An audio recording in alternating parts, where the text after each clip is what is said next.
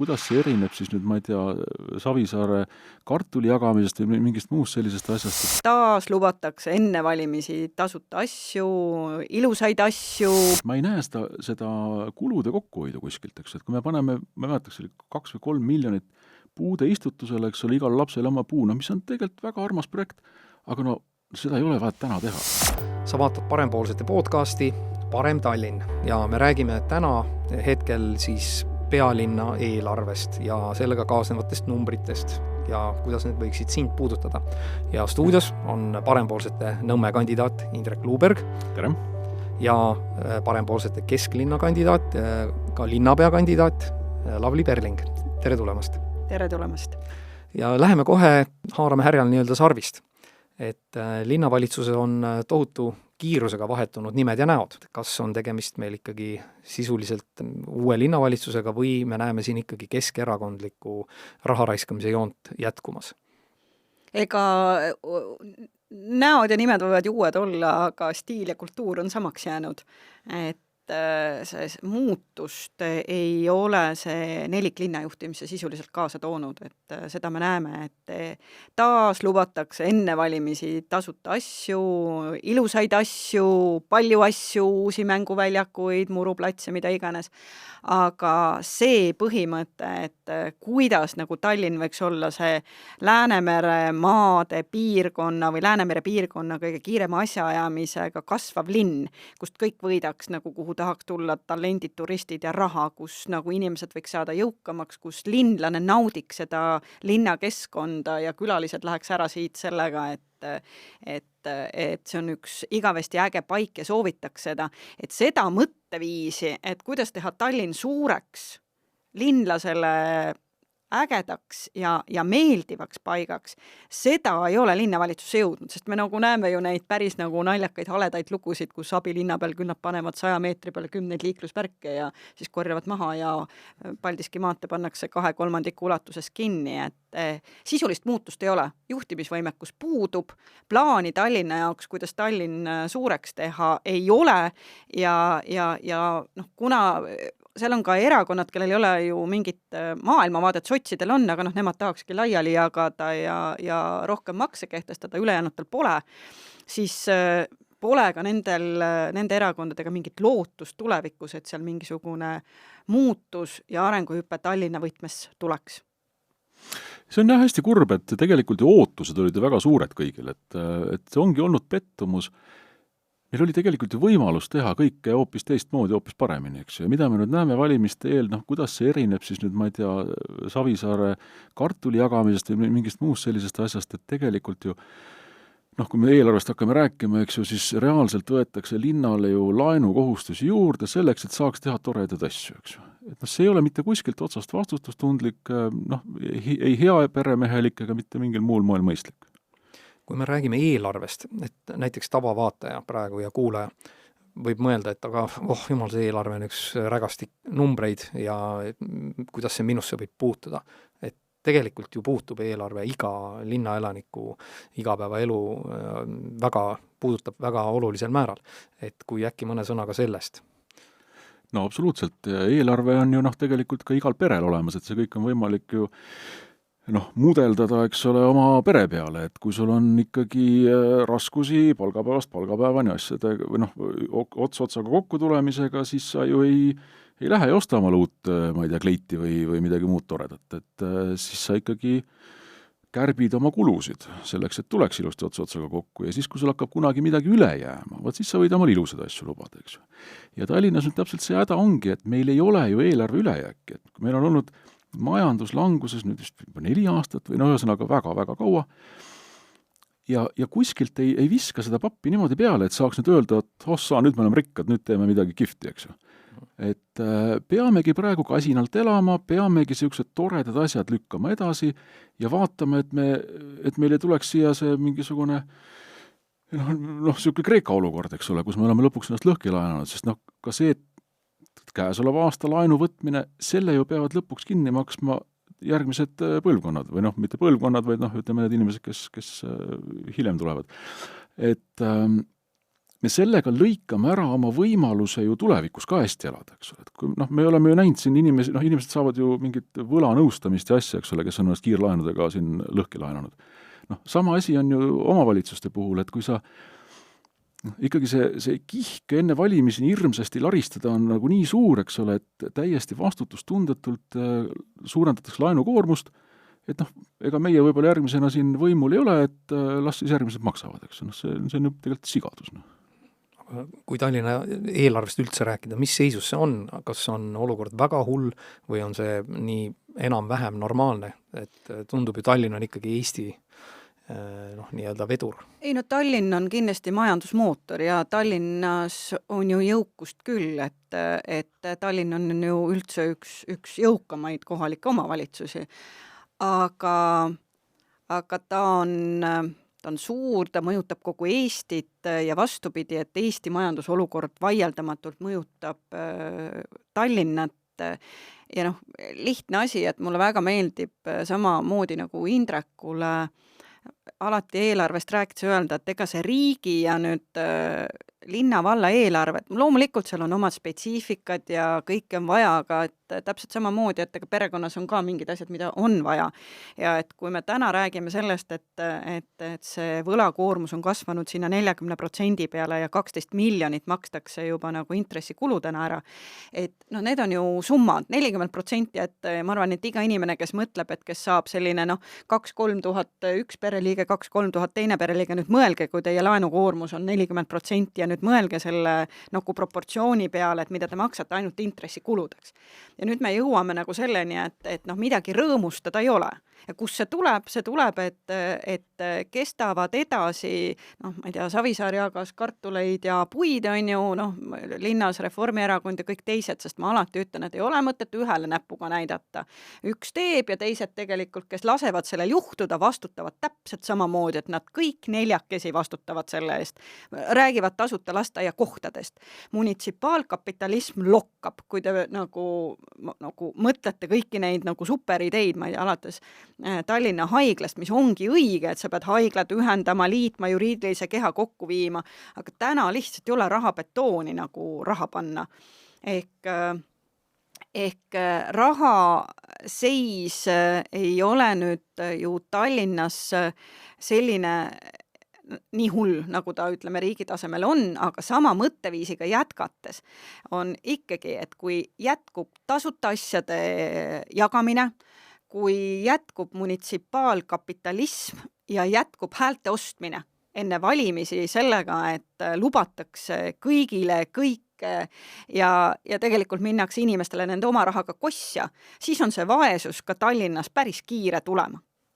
Hetkel võetakse 150 miljonit laenu käesoleval aastal ja lisaks siis ka reserve kulutatakse 36 miljoni jagu. Et kui suur probleem see Tallinna tuleviku jaoks teie hinnangul on? Et mismoodi võiks seda siis tavakodanik näiteks tunda? Ei ega laenu võtmine ei ole iseenesest ju halb asi, et kui sa võtad investeeringuteks laenu selleks, et ehitada välja, ma ei tea, Tallinn-Tartu 4-realine maantee, siis see on täiesti okei. Aga Tallinna probleem täna on selles, et laenu võetakse nagu samas kulusid kärpimata, ehk et kui me püsikulud kokku tõmbaksime, siis me ei peaks ka nii palju laenu võtma. Saaks need investeeringud teha ka oma vahenditest.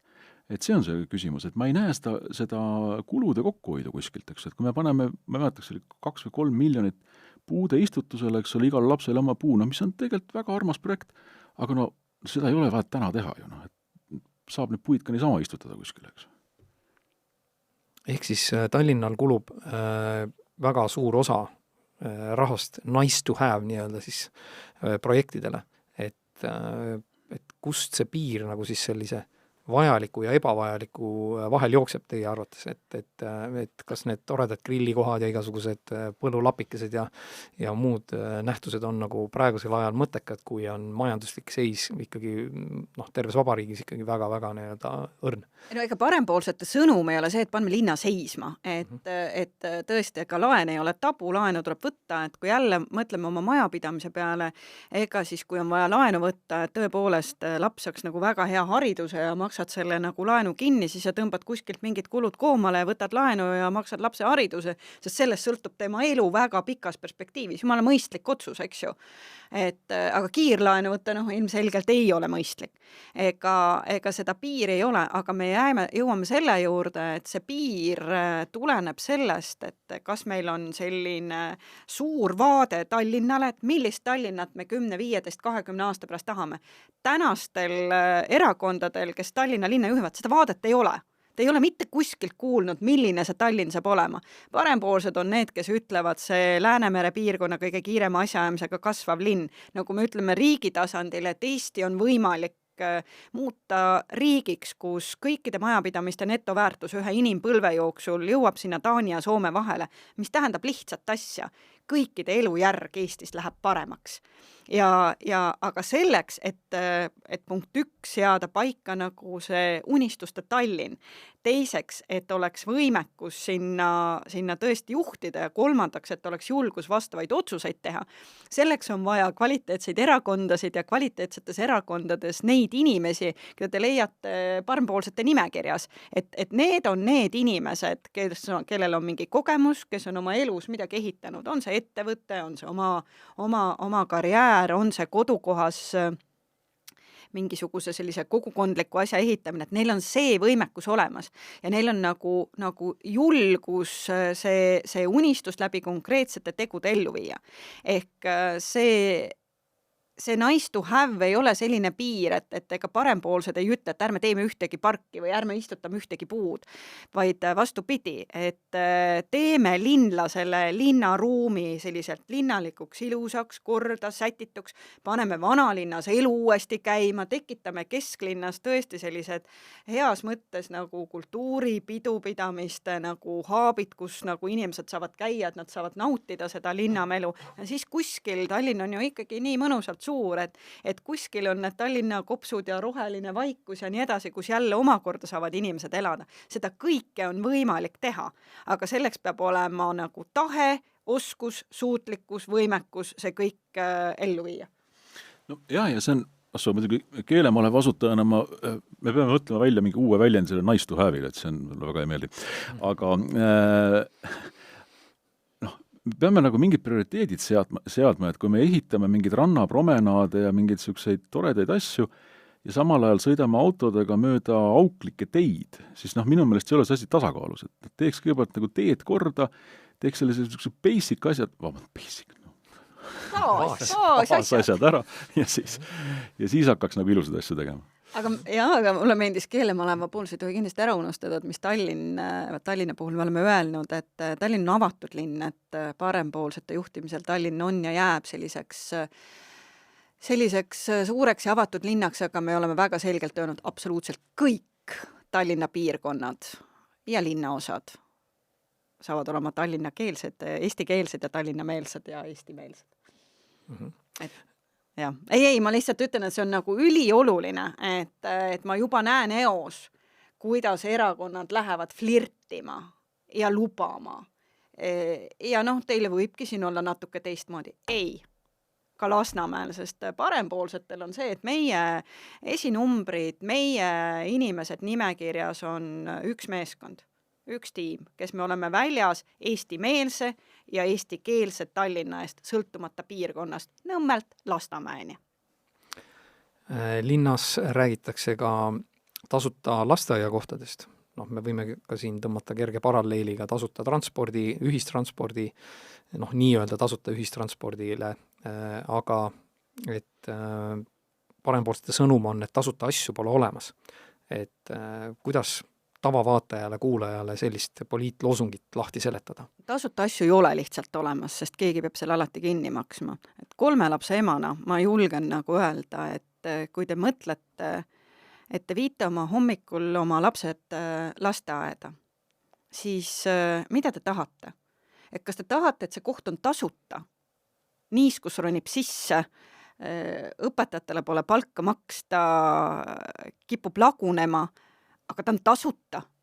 või me lepime kokku, et ei pea olema tasuta, aga need lapsed on väärt keskkonnas hoitud ja hoolitsetud sellel ajal, kui teie tööl saate käia. Aga just see oli see, kui te suvel vaatasite seda skandaali, mis muutus lõpuks nagu poliitpalaganiks kätte, et lubati tasuta lasteaiakohti ja siis pärast teatab abilinnapea, et aga meil ei ole raha lasteaedade renoveerimiseks. Et mis asi see on? Ehk ei ole olemas, ega selle tasuta transpordi, millest räägitakse, seda ei ole olemas, tasuta asjadel ei ole arenguvõimalust, tasuta asjadel ei ole võimalik luua uusi liine juurde, mõelda, kaasajastada, et kus need uued liinid võiksid sõita, ei. Ja tasuta asjad kõikidele tähendab selle, et see paneb koorma ka nendele sellisele nõrgemale osale ühiskonnast, ehk tõepoolest nagu see kuskil poes väga rasket tööd tegev kassapidaja peab kinni maksma juristi ja majandusteadlased tasuta transpordi. Ja kui te ütlete, et see on nagu väga hea, siis mina väidan, et ei ole. Jah, et kuidagi see mälu on ka nagu jube lühike, et minu lapsed on küll juba suured, aga mina mäletan küll, et ma käisin lasteaias värvimas mingit mängumaja neil seal aias, sest lasteaial ei olnud raha, et seda värvida. Ma ei mäleta, kus me see värvi hankisime, kuskilt tasuta saime, see oli päris õudne värv. Ja siis vetsupaberit viisid lapsevanemad lasteaedadesse, ja nüüd järsku me oleme nii rikkaks saanud, et tulge kõik, et ühesõnaga, kuidagi see ei ole isegi nagu loogiline või mis siin nagu toimub, et jah, oma osalus on okei. See natuke aitab ka sellele kaasa, et tasuta asju tihtipeale kiputakse ka nagu niimoodi vähem väärtustama, et sa hommikul mõtled, kas sa viid oma lapse lasteaeda või vii, eks ole. Kui sa oled sellest maksnud, siis sa tõenäoliselt viid. Ja kui sa ei ole maksnud, siis sa mõtled, et ei viitsigi minna ja pärast, ühesõnaga, see natuke distsiplineerib neid vanemaid ka, ma arvan. Ja need ei ole ju mingid suured summad, millest me räägime siin. Mina jällegi ütlen, et alati, et parempoolsetega käib kaasas justkui üks selline müüt, et te ei hooli nagu nendest inimestest, kellel ei ole raha, vastupidi, parempoolsed nendest inimestest väga hoolivadki, kellel päriselt ei ole võib-olla võimalust seda kohatasu maksta. Ja nendele peabki appi minema ja nendel tulebki aidata toime tulla. Et parempoolsuse iva on väga selgelt, et riik, kohalik omavalitsus keerulistel eluhetkedel aitab neid sellise väga personaalse riigi abiga, kes seda vajavad. Ehk see ei ole saladus, olles oma elus ikkagi töötanud väga sellises tumedas sfääris ja näinud, millistes olukordades lapsed elavad ja kasvavad ja nii mõnegi jaoks on lasteaia toit ainuke soe toit, mida ta saab süüa. Et nendele inimestele, nendele peredele, nendele lastele tuleb appi minna ja teha kõik endast olenev, et need lapsed jõuaks alati lasteaeda, aga see tasuta kõigile ei ole see meede, mis mingilgi moel neid lapsi aitaks. Tasuta lasteaiakohad ja tasuta ühistransport, et kuidas need kaks asja üksteisest erinevad, et kas siin on näha samu ohumärke? Ei, nad ei erine, selles mõttes, et see on ikkagi ju niimoodi, et kõik maksumaksjad maksavad mingi teenuse kinni, mida siis osa tarbib, eks, et üks see loogika on seal enam-vähem sama.